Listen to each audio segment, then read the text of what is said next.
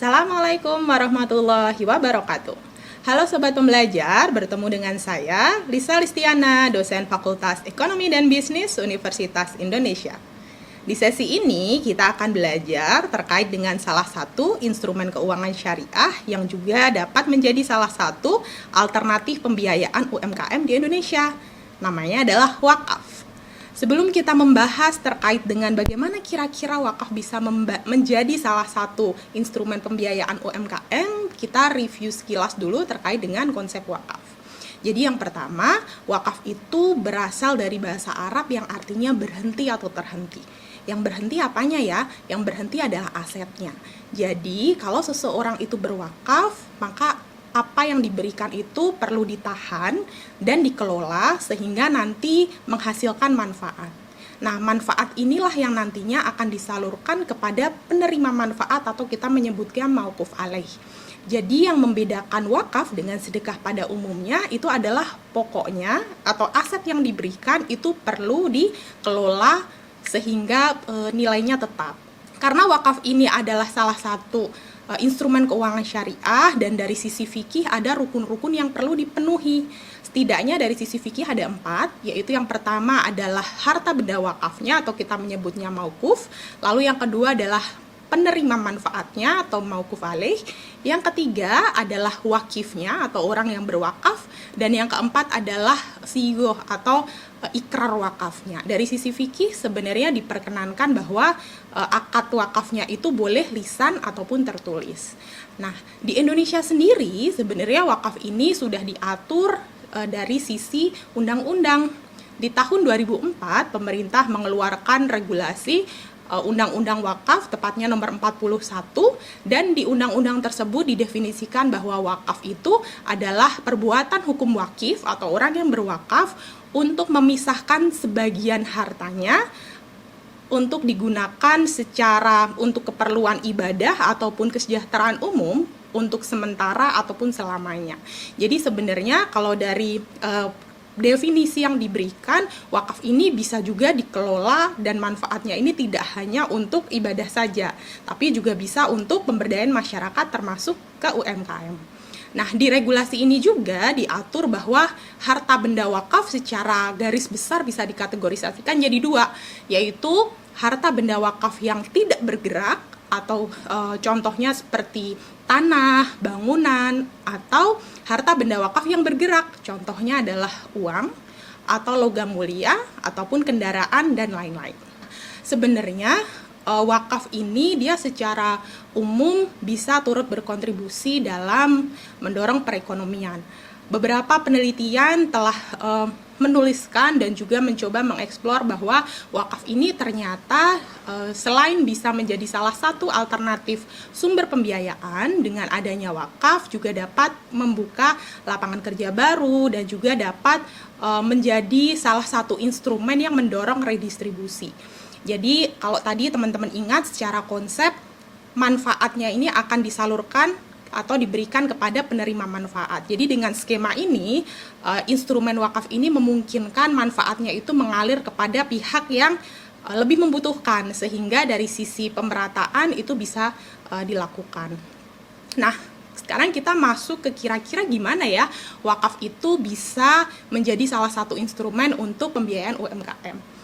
Di materi sebelumnya, teman-teman belajar bahwa UMKM ini punya kontribusi yang besar terhadap perekonomian. Sayangnya salah satu isu yang terjadi itu adalah keterbatasan akses pembiayaan. Nah, sebenarnya kalau kita melihat dari wakaf, secara garis besar kita bisa melihat wakaf ini berkontribusi dari sisi pokoknya. Jadi apakah misalkan dia bentuknya wakaf uang, jadi uangnya ini bisa menjadi modal untuk UMKM, atau sebenarnya yang kedua adalah dari manfaat pengelolaan wakaf. Jadi misalkan saya berwakaf katakanlah 100 juta. Ketika dana wakaf saya itu diinvestasikan ke sektor tertentu, ini misalkan non-UMKM gitu ya, nanti kan akan ada profit ataupun margin yang dihasilkan. Nah, margin yang dihasilkan ini boleh juga disalurkan untuk UMKM, sehingga UMKM misalkan bisa mendapatkan hibah, atau misalkan kalau dengan skema keuangan syariah bisa dengan akad qardul hasan gitu, sehingga pinjaman yang diberikan kepada UMKM itu tanpa bunga. Jadi ini bisa menjadi salah satu alternatif. Nah, sebenarnya di Indonesia sendiri beberapa lembaga wakaf yang secara badan hukum itu berbentuk Baitul Mal wa Tamwil, atau mungkin teman-teman familiar BMT gitu ya, itu juga sudah mendapatkan akses izin legalitas sebagai lembaga wakaf.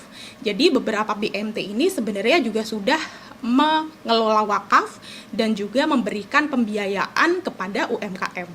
Kita ambil contoh misalkan dari sisi penghimpunan, ada salah satu BMT di Jawa Barat yang dia mencoba mengintegrasikan pembiayaan yang dia berikan itu untuk mendorong orang juga untuk berwakaf.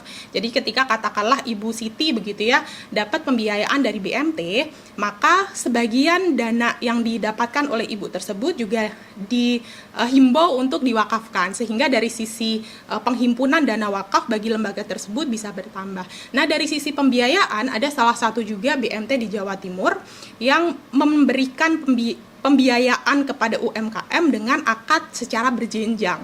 Jadi di awal pembiayaan, BMT tersebut memberikan akadnya itu adalah Qardul Hasan, sehingga UMKM ataupun lembaga yang memerlukan pembiayaan itu bisa mendapatkan pinjaman tanpa bunga. Ketika UMKM tersebut sudah mulai berjalan dengan baik, maka terdapat perubahan akad sesuai dengan kesepakatan, misalkan dengan musyarakah gitu. Jadi kalau dari sini kita bisa mengetahui bahwa ternyata BMT yang mengelola aset ataupun dana wakaf itu dapat membiayai UMKM.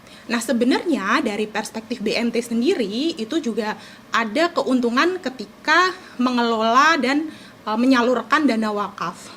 Ilustrasinya adalah seperti ini. Kalau misalkan BMT itu menerima dana dari masyarakat secara umum, maka BMT punya kewajiban untuk membagikan sebagian dari keuntungannya. Sebenarnya tergantung dari akadnya ya, tapi katakanlah misalkan ini akadnya musyarakah. Jadi BMT punya kewajiban untuk bagi hasil kepada nasabahnya. Nah, berbeda ketika BMT menerima dana wakaf. Orang yang berwakaf itu kan dia tidak berorientasi profit ya, jadi dia tidak mengharapkan keuntungan ataupun bagi hasil dari dana yang diwakafkan. Sehingga sebenarnya bagi BMT ataupun lembaga yang mengelola wakaf itu dapat memberikan pembiayaan secara lebih kompetitif, dan dari sisi UMKM pun bisa mendapatkan pembiayaan dengan margin yang lebih rendah. Nah, jadi di satu sisi sebenarnya beberapa penelitian itu juga sudah mencoba mengusulkan variasi konsep begitu ya, agar dana wakaf ini bisa dikelola oleh lembaga keuangan mikro syariah dan pada akhirnya dapat membantu UMKM untuk mendapatkan modal. Dengan dana wakaf sebenarnya lembaga keuangan syariah atau BMT misalkan juga tidak mengharuskan lembaga atau UMKM-nya untuk memberikan jaminan.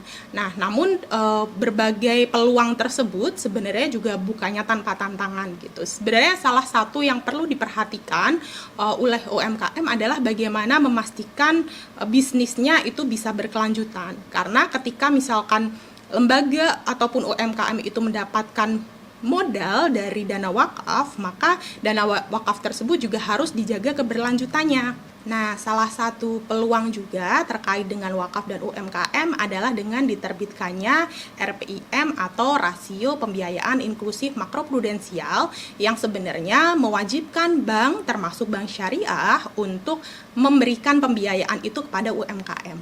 Jadi di Undang-Undang P2SK itu kan sebenarnya memberikan ruang kepada bank syariah untuk mengelola dana wakaf. Dengan bank syariah itu mengelola dana wakaf, sebenarnya ini bisa disinergikan dengan kewajiban bank untuk memberikan pembiayaan UMKM. Dengan demikian sebenarnya wakaf ini memiliki peluang yang besar untuk turut berkontribusi memberikan pembiayaan bagi UMKM di Indonesia. Demikian materi hari ini, semoga bermanfaat. Sampai bertemu lagi. Wassalamualaikum warahmatullahi wabarakatuh.